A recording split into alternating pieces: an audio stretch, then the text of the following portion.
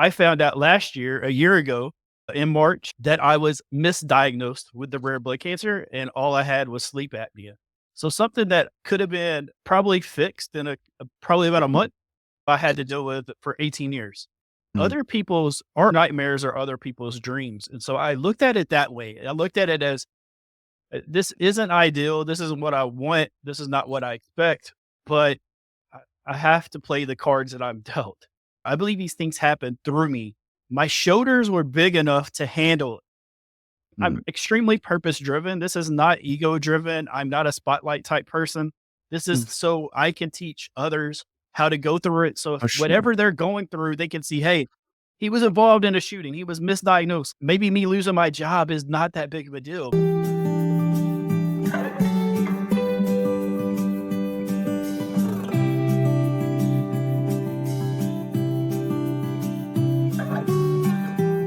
Hello, everyone. Welcome back to another episode of the Active Action Podcast. Today, we'll be talking about a specific sport, and we have a very special guest with us. Just wanted to provide a huge shout out to all our listeners at Active Action Podcast for keep listening to us and providing your valuable feedback. So those are always helpful. So without further ado, let's dig into the podcast right now. Today we have with us Dwayne Morton. The topic for today's podcast is Sidelines to Show Up to Win. Dwayne Morton is the CEO of ShowUp2Win. Uh, Dwayne is a powerful, inspirational speaker whose life story is a testament to be an indomitable human spirit. As a former international basketball player, Dwayne understands the crucial role of mental performance in achieving greatness both on and off the basketball court. So, Dwayne, would you to introduce yourself to our audience? Yeah, absolutely. So, first of all, I want to say thank you to the listeners of the Active Action podcast. I am a big believer in time is our greatest commodity. And so I just want to say thank you. I want to thank you, Dr. Nazif, for inviting me on your platform. So thank you very much. I'm a very grateful person. And so I always want to start out the podcast with as much gratitude as possible. So yeah, for me, I'm a former international basketball player at the age of 19. I actually learned one of my biggest things of gratitude while I was overseas playing basketball. I ran into a boy who was 5 years old at the time, and he had not eaten in 3 days. And so through that, that has helped me push through the challenges that I'll be talking about. So I was diagnosed at the age of 29 with a rare blood cancer. Mhm. And so that rare blood cancer gave me a lot of insight dealing with a lot of stuff, but also I was dealing with things that I wasn't prepared at the age of 29. I was initially given 5 years and then later on it was pushed over to 15 years. 3 years ago, I was involved in a police shooting and had a near death experience. I dealt with PTSD and survivor's guilt. I found out a year ago in March, the anniversary was last week, that I was misdiagnosed with the rare blood cancer and all I had was sleep apnea. So something that could have been probably fixed in probably about a month, I had to deal with for 18 years. And so that's the introduction. And that's how I ended up deciding to build my program called ShowUp2Win. And so that's why I'm here. And so I just want to say thank you. And I'm looking forward to sharing more about those stories. Thank you so much, Dwayne, for that wonderful introduction. So, can you tell me, Dwayne, before I just go into some of the specifics that you mentioned in the intro, how did basketball prepare you for this journey today? Oh, wow. So basketball definitely prepared me. And I even go back to when I was 4 years old. I believe that's where I learned resiliency. I believe that's where I learned persistency. And this is also where I learned determination. Because at 4 years old, I was shooting basketball at a 10-foot go with a man's basketball. We didn't have the basketball goes where you could change the height. And so for me is I would go out there and I would say, hey, I would pick out different places on the net. Okay, hit the bottom of the net, then hit the different colors of the net, and then hit Mhm. the rim, and then eventually the ball will go in. And then when the ball went in more and more and more, that's when I fell in love with basketball. And so that's also part of the journey though too is when I went overseas, I didn't go the traditional path. I didn't play my last 2 years of high Oh, school basketball. okay. So that's some other Mhm. things is I just took different paths. So it's very familiar with the Robert Frost poem, The Two Roads. I took the road that was the most least likely, and that's a huge story of my life. Sure. Thank you for that perspective, Dwayne, and sharing that journey with us. So you did mention when you're in your introduction that you were misdiagnosed with blood cancer at the age of 8.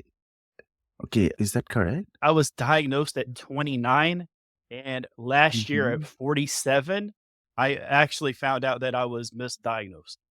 Oh, what an experience. Can you tell me what was the key takeaway from the diagnosis of that blood cancer and then having to know that it was a misdiagnosis again? Yeah, so I would say the key takeaway for me was I go back to that little boy. Mm, Other people's or nightmares are other people's dreams, and so I looked at it that way. I looked at it as, this isn't ideal, this isn't what I want, this is not what I expect, but I have to play the cards that I'm dealt, and I believe that mhm, that was part of it, and that's why I've always had a really strong mindset. There's just been times where I didn't apply the mindset, and I think that's what mhm, happens with other people is we go through stuff and we're just like, for me, the first 5 years, I felt like I could beat it, but then eventually I just succumbed to it because it came to that mhm. point where I felt like I had to become content with it. And also Right. part of it too is I had great mentors even back then. I'm actually part of Jim Rohn's mentor tree. My mentor Mhm, mentored Jim Rohn and was mentored by Jim Rohn. And so that's the thing is I feel like I had a lot of opportunities, but think the key takeaway for me was just that other people have it worse. Sometimes things aren't ideal and we give up.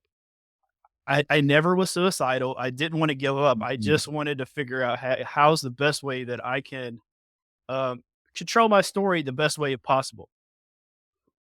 Can I ask you, Dwayne, when you learned that you had the blood cancer, what did you do to become so resilient, or how did you maintain the composure at that time?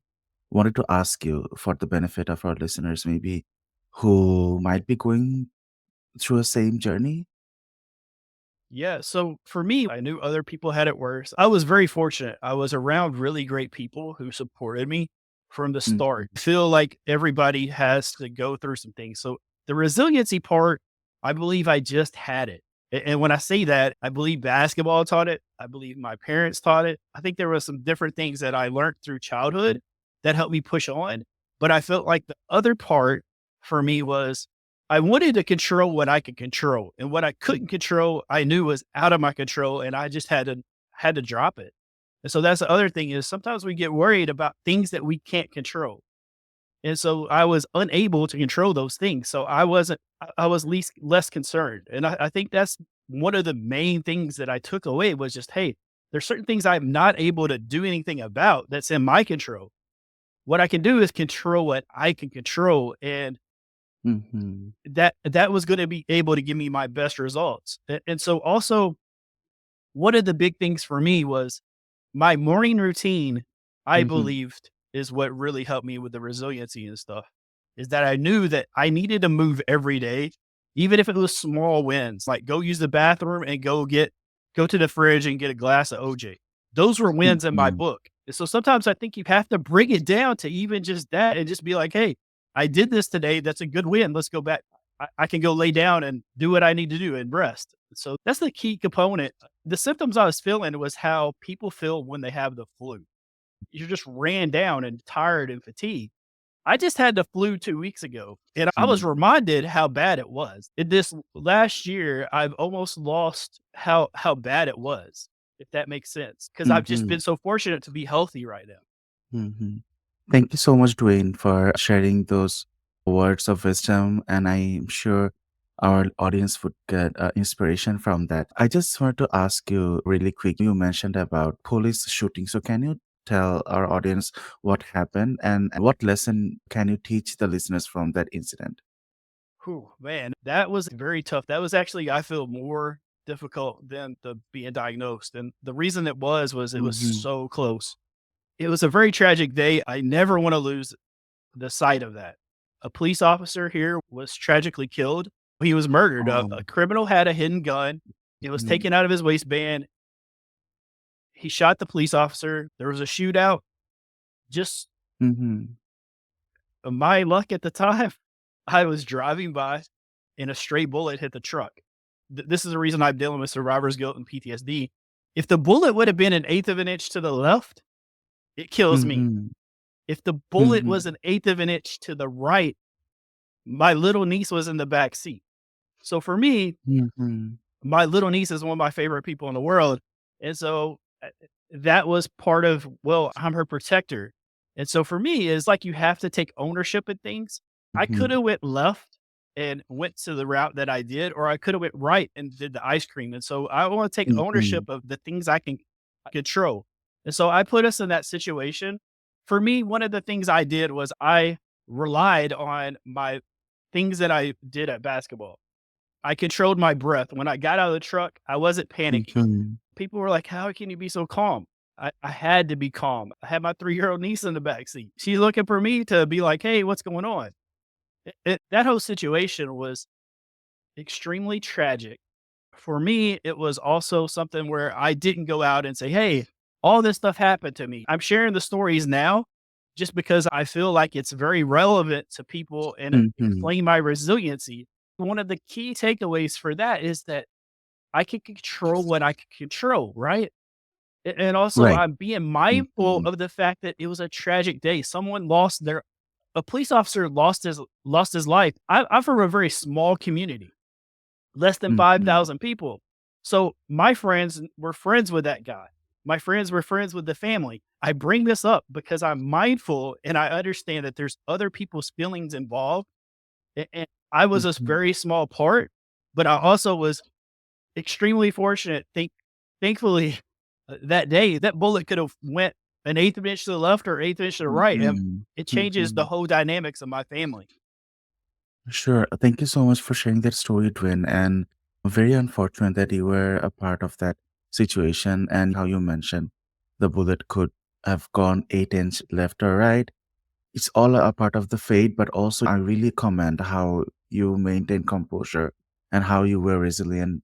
Again, back from all your how all your previous experience prepared you for that moment to stay resilient. I think it's a very big lesson for our listeners if they are in such a horrific situation. You mentioned that one of the cops got killed, so there are people who are involved with their family who knew him. It's a very tough moment for everyone having that said as a small community. So I really understand and empathetic to it. I wanted to ask you, you have gone through the diagnosis of the cancer, you have gone through this difficult situation of in a near death situation of a police shootout. Why are you so open about and you're talking about that? So that's very courageous. So can I ask you, why are you so open about these challenges? Yeah, so the reason I'm so open is because there was a part of me, I was in that victim mentality for a while. These things Mhm. happen to me. I don't believe that and then there was a period where I felt like these things happened for me, so they gave me a platform in that. So I don't even believe that anymore. I believe these things happened through me. My shoulders were big enough to handle it. I was able to Mhm. handle it, but I'm able to facilitate the lesson to your audience and to other listeners. Mhm. So people are learning this story and these lessons through me, and they don't have to go through these horrible lessons that I had to go through to learn the lesson. And so I think that's part of it. I'm Mhm. extremely purpose driven. This is not ego driven. I'm not a spotlight type person. This is Mm, so I can teach others how to go through it. So if for sure. whatever they're going through, they can see, hey, he was involved in a shooting. He was misdiagnosed. Maybe me losing my job is not that big of a deal. Maybe me finding my For sure. purpose and having to tell. I think that's the thing is I think that it's relatable. And I think a lot of Mhm. people would, probably lose their stuff on it. And they realize that, hey, when you go through stuff, you can only control what you can control. And so I think that's part of the reason that I share this. I'm just very purpose driven and I want people to learn this lesson through me and not have to go through the things that I went through. Thank you so much for explaining that, Twin. Can I ask you one quick last question? I know you're the CEO of Show Up to Win. Can you please explain what is Show Up to Win and What is its importance to the listeners? Yeah. So Show Up to Win is a program that I created because when I was going through my stuff, I couldn't find Mhm, something like it. I found things that were it was like a bro code, or it was like people who wanted to lift weights and stuff like that, and that who were dealing with some type of diagnosis and things. And I felt that was a mhm, wonderful thing. It just wasn't for me. First thing is I wasn't able to work out, so that was the I knew those things, but I also felt there's people who were dealing with things that I was, who were an ex athlete or an athlete, mhm, and so we just have a different type of mentality. And to give people a better understanding is when I had knee surgery, they told me to do 50 leg raises. I did 150 that day. mhm. That's just because of I wanted the Wonderful. results. Right. Yes. But I'm Yeah. so results driven. That's the thing is I want Mhm, the results. I was willing to do what other people are unwilling to do. And so for me, that was part of the reason why I created this program was to let people I feel. And so I'm not some of your listeners might be aware, some of them not. But if you took a lighter, right, and you mhm, dump it in water, the flint is not even good, so you can't flick it by itself, but you can push the mhm, button and somebody else can come with a light and relight the flame, and I believe that's what my program is about relighting that inner fire and getting mhm, people through their situation, and so they can use myself as inspiration. And I feel Show Up mhm, to Win is like a lifestyle brand, honestly, similar to like Live Strong. I believe that if people could really get behind it and create this army behind me, and here's the thing, man, is it's not really behind me. You're with me. I'm an expert at overcoming adversity. I've been through it mhm, twice, and I went through some of the most unlikely and untimely situations. And so I feel like I'm able to teach that to people, and so that's the reason that literally when I say sidelines to Show Up to Win, in the last year, everyone has seen my journey. I went from someone who was just, I wanted to be left alone. I wanted to be in the corner reading a book all the mhm, time. And to now, it's like, hey, I'm willing to come out of my shadows and be that Superman that everybody wants me to be. I'm mhm, 100% healthy. So why would I not give back to people? And so I feel that's the reason that I went through these things is so I can help out so many others. And I'm looking so forward to that and being able to speak at stages and explain to people, hey, like mhm, all these things were really bad, and there's things that I didn't do well, but every time that I did something, and I just ran out of from an athlete's perspective, mhm, the time ran down before I could score enough points. Like I never mhm. lost; they were always lessons, and I feel That's that's true. that's a very important part. Thank you so much, Dwayne, for that wonderful words and also explaining what Show Up to Win is. I would encourage our audience to check the program. And also, if you go to our website, www.activeaction.fm, and if you search Dwayne's name, you will see his webpage and you'll get the links for his socials and information about his program as well. Thank you so much, Dwayne, for joining us this morning. I really appreciate that. Absolutely. Thank you so much for giving me this platform, and thank you so much for your listeners being able to give me your time. I really appreciate it.